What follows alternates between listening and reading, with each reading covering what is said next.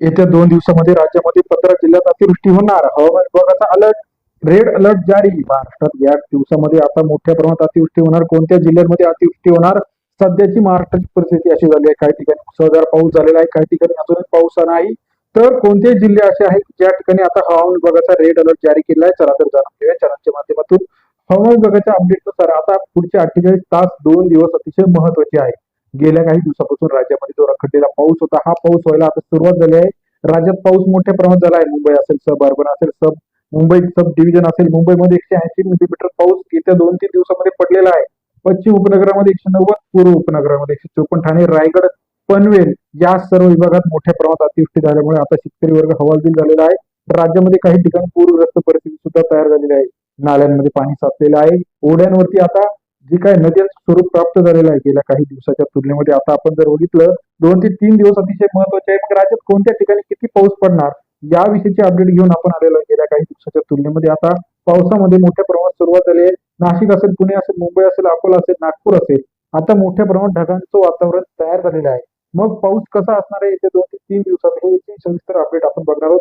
तर राज्यामध्ये मुंबई असेल, रायगड असेल, पनवेल असेल, ठाणे असेल, पालघर असेल, नाशिक असेल, त्याचप्रमाणे अहिल्यानगर असेल, त्याचप्रमाणे छत्रपती संभाजीनगर असेल, सोलापूर असेल, या सर्व महत्वाच्या जिल्ह्यांमध्ये मोठ्या प्रमाणात पावसाच्या हवामान विभागाचा अंदाज आहे.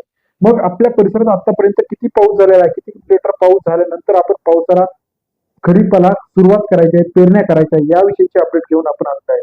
तर जवळपास बघा 50 मिलीमीटर ते 100 मिलीमीटर पर्यंत समाधानकारक खोल जर जमिनीच्या खाली 5 ते 6 सेंटीमीटर पर्यंत गेलेले असेल तर चांगला पाऊस आपण मानला जातो आणि त्यानुसार आता पेरण्या करायला सुरुवात केली आहे.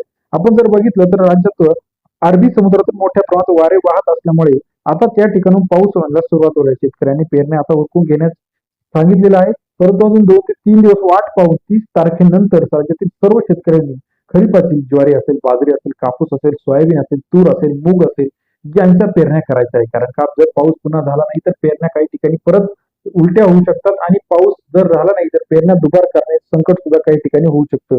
तर राज्यातील शेतकऱ्यांनी यावर्षी थोडंसं सावध. यावर्षी सुरुवातीला अल निनोचा इफेक्ट होता, परंतु आता अल निनोचा इफेक्ट हा आपल्याला मागे जात आता इथून पुढे मोठ्या प्रमाणात पावसाची अपेक्षा शेतकरी वर्गाला लागली आहे. राज्यात आपल्या ठिकाणी किती पाऊस झालाय, कोणत्या जिल्ह्यात किती पाऊस झाला आहे, ही सविस्तर अपडेट हवामान विभागाकडून येत आहे. ही सविस्तर अपडेट आपल्या राज्यातील पावसाचे अपडेट चॅनलच्या माध्यमातून आपण देत असतो. आपल्या परिसरात खरंच एवढा पाऊस झालेला आहे का, किती पाऊस होणं अपेक्षित आहे आणि पेरण्यास सुरुवात केली आहे का, हे आम्हाला कमेंट करून सांगायला विसरू नका. राज्यातील महत्वाच्या ठिकाणी यावर्षी सुपर अल निनोचा इफेक्ट जाणवला होता, परंतु आता पहिले 15 दिवस गेलेले आहेत निघून आणि आता इथून पुढे खरा पावसाळा सुरू झालेला आहे. यावर्षी मान्सून लेट येणार असं हवामान विभागाच्या शास्त्रज्ञांनी सांगितलं होतं. त्यानुसार आता 20 तारखेपासून मोठ्या प्रमाणात वातावरणात बदल तयार झालेला आहे आणि पावसाला सुरुवात झाली आहे. राज्यात यावर्षी 25 जून नंतर मोठ्या प्रमाणात पाऊस येण्याची शक्यता वर्तवली होती. आता 26, 27, 28 हे 3 दिवस राज्यात महत्वाचे मानले जात आहे. मग यानुसार आता शेतकऱ्यांनी आपले पिकांचे नियोजन असेल, खरीपाचे नियोजन करणे गरजेचं आहे.